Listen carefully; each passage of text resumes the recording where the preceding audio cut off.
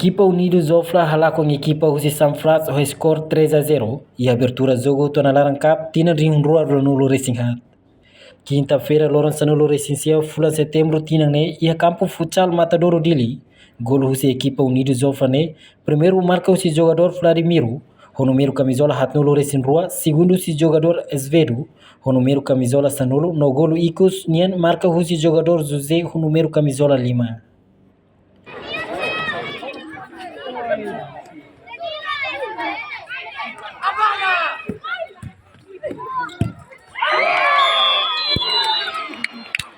Enquanto o clube Sanfraz lá e o golo ida marca o jogador Sira, o jogo refere remata o score 3-0. Treinador Clube Unidos Zofla Wilson Maria Alberto da Silva Tete, equipa halo preparação mas jogo refere e fulan agosto nelaran, no além de nei Sira mos retan suporta makasu si inanaman, colega autoridade Sira, no comunidade Sira mos.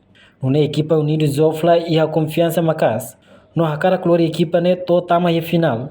Jogo tu na Laran Cup tina di hunrua Ronolo Racing Hat ne também da nema clube ni mehi.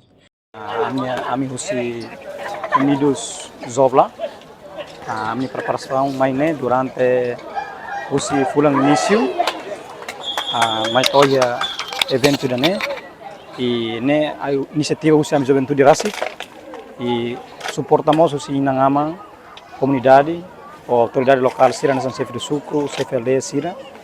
Deve makasahan hadomi ami juventude pode força na contribuição to em lorong ami mai compete ia cap to na Laran Cup dele bahau nia equipa mai compete hakar la koi ami musti confiança deve mak bot pode mai compete to fazer na deve kami dele atingir husi how dia men o mensagem da juventude Sira tempo do agora, lausan esse tempo da ulu.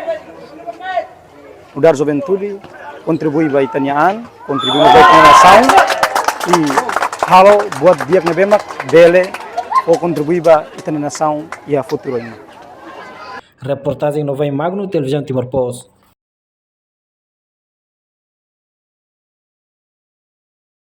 Janela informação ba emogoto. Atua tem informação atual dia Clio.